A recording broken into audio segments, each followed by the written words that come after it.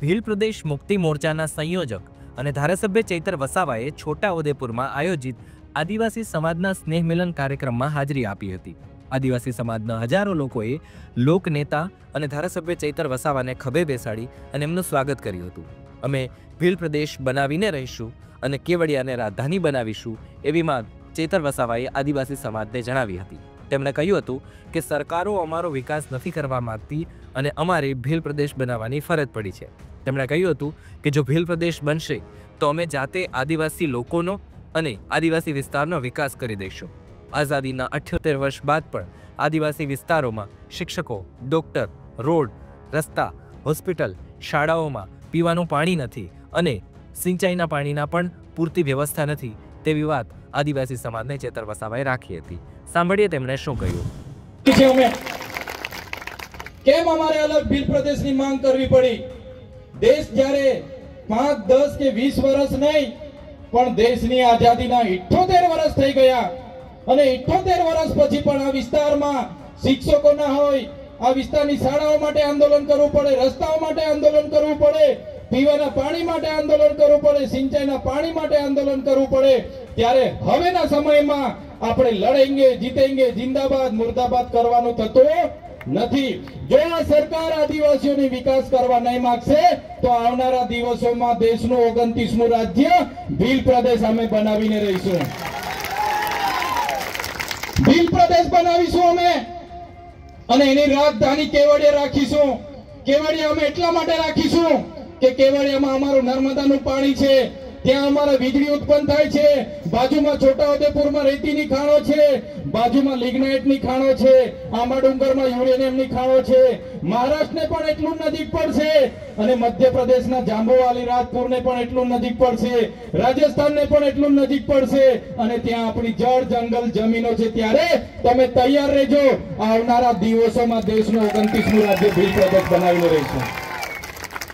ક્યાં સુધી લડેંગે જીતેંગે, ક્યાં સુધી સરકાર જિંદાબાદ મુર્દાબાદ કરીશું?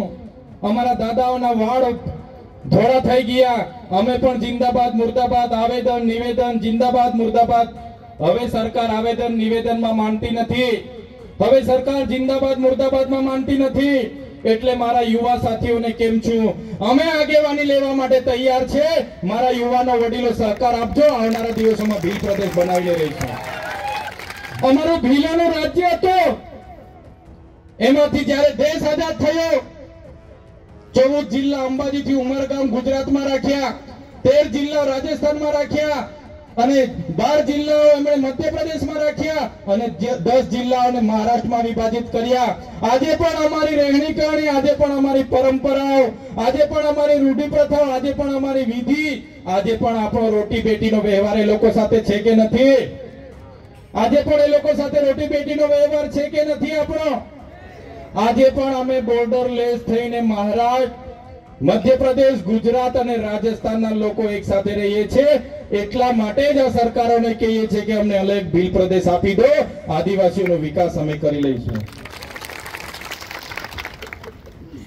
આટલી મોટી રોયલ્ટી અમે સરકારમાં જમા કરતા હોય અને અમારા લોકો આજે પણ શિક્ષક માટે આંદોલન કરે, અમારા બાળકો માટે અમારા જેવા ધારાસભ્ય ધરણા પર બેસે અને જ્યારે પણ હાઈવેમાં જમીનો જોઈએ, જ્યારે પણ રેલવેમાં જમીનો જોઈએ, જ્યારે પણ નહેરોમાં જમીનો જોઈએ, મફતના ભાવે અમારા લોકોની જમીનો છીનવી લેવામાં આવે છે। કેમ સરકારને ખબર નથી? અહીંયા રસ્તા નથી, અહીંયા પાણી નથી, અહીંયા નલ સે જલમાં પાણી નથી આવતું, અહીંયા રેતી રોયલ્ટીમાં ડીએમએફ ફંડનો ભ્રષ્ટાચાર થાય છે। સરકારને બધું જ ખબર છે મિત્રો, પણ સરકાર આ કરવા માંગતી નથી। એટલે આજે દેશ અને ગુજરાતમાં આદિવાસીઓની પરિસ્થિતિ ખૂબ ખરાબ છે। સવાને રોકશે, જે દિવસે મારા આદિવાસી સમાજનું બોલતા મારી પાર્ટી પણ મને રોકશે, એ દિવસે પાર્ટીના પાટિયા સૌથી પહેલા ચૈતર વસાવા ઉતારી દેશે। પહેલા મારો સમાજ, જેમણે મને ધારાસભ્ય બનાવ્યા છે, જેમણે મને પ્રમાણપત્ર આપ્યું છે અને પછી પક્ષ પાર્ટી આવશે। આવી રીતના તમામ નેતા જે દિવસે વિચારતા થશે તે દિવસે આપણું સમાજ આગળ આવશે। આજે તમે જોઈ લો આપણું પ્રતિનિધિત્વ ક્યાં છે, આપણા નેતાઓ ક્યાં છે? અહીંયા ટપાલ આપવા વાળાની ભરતી થાય એટલે બધા ટપાલીઓ બહારથી આવે, અહીંયા તલાટી ક્લાર્કની ભરતી થાય એટલે બધા લોકો અહીંયા ગ્રામ સેવકની, ટીડીઓની, મામલતદારની ભરતી થાય, બધા લોકો બહારથી આવે. અહીંયા એક ભીડ ગાર્ડની પણ ભરતી થાય છે, એ ભીડ ગાર્ડો પણ બધા બહારથી આવે. આવે છે કે નથી આવતા?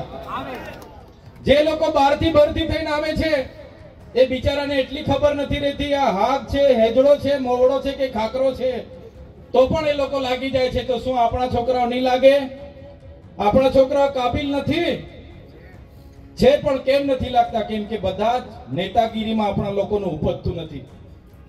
એટલા માટે કેમ છો આપણે બધા એક થઈને આગળ આવવું પડશે. તે દિવસે આદિવાસી સમાજ એક થશે.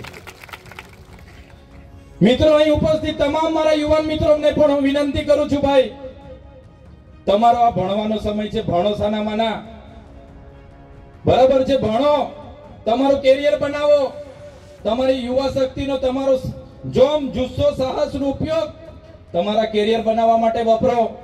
તમારા મમ્મી પપ્પાએ ખેતી મજૂરી કરીને તમને ભણાવે છે. માત્ર હારા આઈફોન ના મોબાઈલ લઈ માંગવાથી, હારી ગાડીઓ લઈ માંગે છે અને જલસા કરે, પાર્ટીઓ કરે, બર્થડે ઉજવે અને આવી મોટી મોટી બેન્ડ પાર્ટી, ડીજે મંગાવે છે, આખી રાત નાચે તો પણ થાકે નહીં. કીધું ને આગળ ભાઈએ. મારા યુવાન મિત્રોને પણ વિનંતી કરું છું, કઈ વાંધો નહીં, નાચો પણ, રમો પણ, બધું જ જોઈએ છે, બધું જ કરો, પણ આ સમય તમારો ભણવાનો છે એટલે ભણવામાં ધ્યાન આપો. ભણવામાં ધ્યાન આપો. અને વડીલોને પણ મારી નમ્ર વિનંતી છે, છોકરાઓ આઈફોન લઈ માંગે એટલે તરત આઈફોન લાવી આપી દે છે. છોકરાઓ KTM R1 લઈ માંગે એટલે તરત લાવીને આપી દેવાની કે મારો છોકરો લઈ માંગે છે આપી દો. એટલા માટે છોકરાઓ પછી આપણા કંટ્રોલમાં નથી.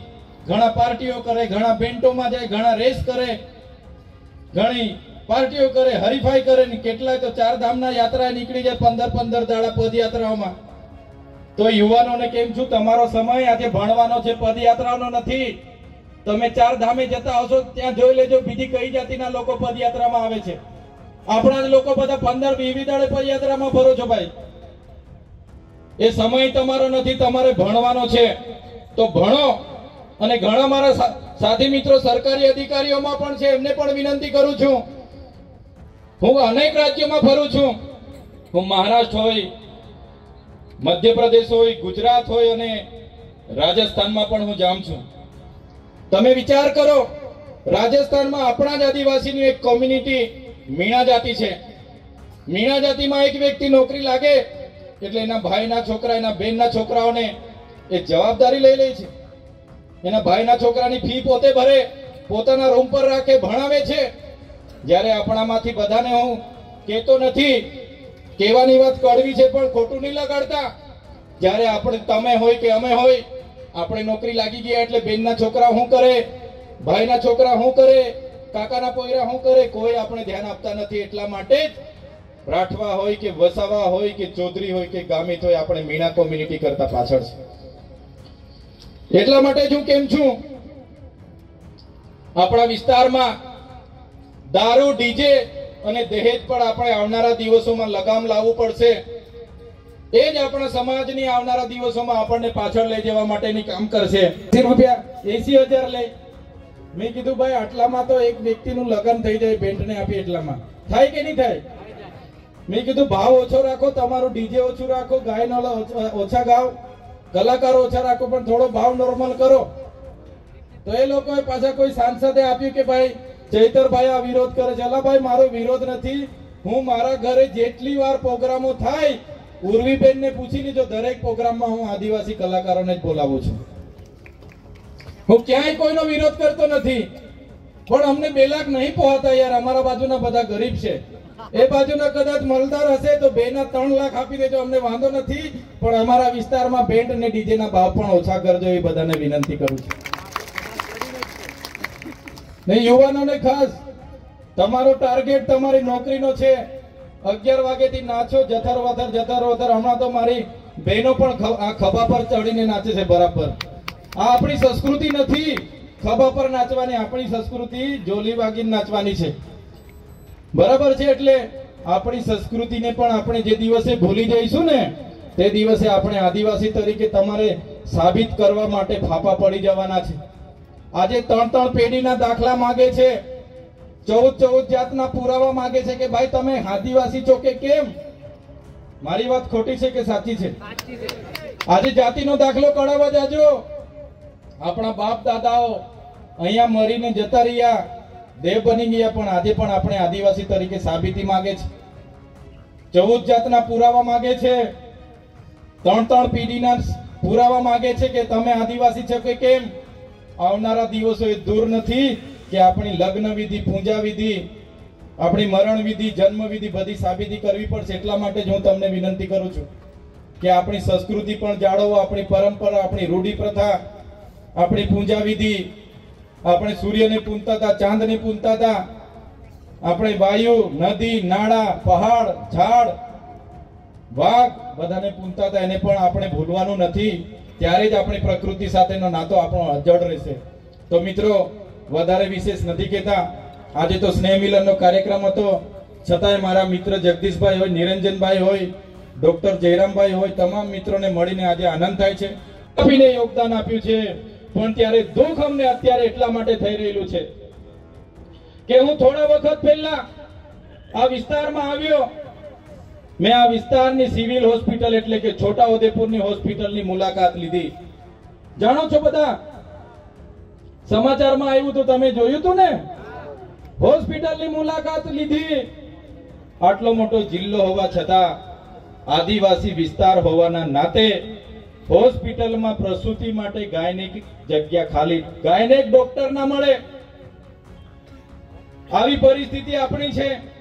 ગયા વર્ષે જ્યારે આ વિસ્તારમાં શાળા પ્રવેશોનો કાર્યક્રમ ચાલતો હતો, એક ધવલ પટેલ નામના ખાણ ખનીજ ગુજરાત સરકારના સચિવ શ્રી આ વિસ્તારમાં આવ્યા. એમણે પણ સરકારને રિપોર્ટ કર્યો કે આ વિસ્તારમાં શિક્ષકો નથી, શાળાઓ નથી. હું થોડા વખત પહેલા આ વિસ્તારમાં મુલાકાતે હતો, ત્યારે એક આદર્શ નિવાસી શાળાની મુલાકાતે ગયો. એ વિસ્તારમાં મુલાકાતે ગયો ત્યારે ત્યાં તમામ શિક્ષકો હિન્દી ભાષીના હતા. ત્યાંથી થોડા દૂર હું નીકળ્યો તો રસ્તામાં જે આપણી દીકરીઓ, આદિવાસી દીકરીઓ માટે જે સરસ્વતી સાધનાની શાળાની, સરસ્વતી સાધના યોજનાની જે સાયકલો હોય તે આવા ખેતરમાં કાટ ખાઈને પડી હતી. થોડા વખત પહેલા હું છોટાઉદેપુરને કૌમટ આવ્યો હતો, ત્યારે મારા ઘણા ખેડૂત આગેવાનો મને મળવા માટે આવ્યા હતા. એમણે કીધું કે સાહેબ, અમારી નદીમાં જ અમે ટ્રેક્ટર લઈને રેતી કાઢવા માટે ગયા હતા, અમારું ઘર બાંધવાનું છે, અમારા ટ્રેક્ટરો જમા કરી લીધા છે, અમને છોડાવી આપો. તો એક બાજુ હજારો ટન રેતી અહીંથી નીકળીને જતી હોય અને અમારા લોકો લેવા જતા હોય ત્યારે ટ્રેક્ટરો જમા કરી દેવામાં આવે. થોડા વખત પહેલા હું કૌવાટના તુરખેડા વિસ્તારમાં મુલાકાત માટે આવ્યો તો એક બેન પ્રસૂતિમાં હતી, સગર્ભા હતી અને પ્રસૂતિની પીડા થઈ અને એટલી પીડા થઈ તમે કલ્પના કરો કે રોડ નહીં હોવાના કારણે, 108 નહીં પહોંચવાના કારણે આપણી બેનનું રસ્તે મૃત્યુ થઈ ગયું. ત્યારે મેં કહેવા માંગુ છું કે આપણે મૂળ માલિક છે. આપણે દેશની આઝાદીમાં આપણા પૂર્વજો શહીદ થઈ ગયા, દેશના વિકાસમાં આપણે આટલું બધું આપ્યું, તો કેમ આ સરકારો આપણી સાથે આ અસમાનતા કરે છે? એનો પણ આપણે ચિંતન મનન કરવું પડશે અને આવનારા દિવસોમાં એના માટે પણ આપણે બધા એક થઈને અવાજ બનવું પડશે. આજે તમે બધા અલગ અલગ પાર્ટીઓમાં, અલગ અલગ ધર્મ સંપ્રદાયોમાં, અલગ અલગ સંગઠનોમાં આપણે બધા વેચાયેલા છે. આજે મોટા રાઠવા, નાના રાઠવા, ડામોર, ગામેઠી, બારિયા, વસાવા, ચૌધરી, ગામિત બધા આપણે એકબીજાને નજીક નથી આવતા, એકબીજા ભેગા નથી થતા. એટલા માટે જ આજે આદિવાસીઓનું રાજકીય ક્ષેત્રમાં કોઈ આપણું કોઈ સાંભળતું નથી.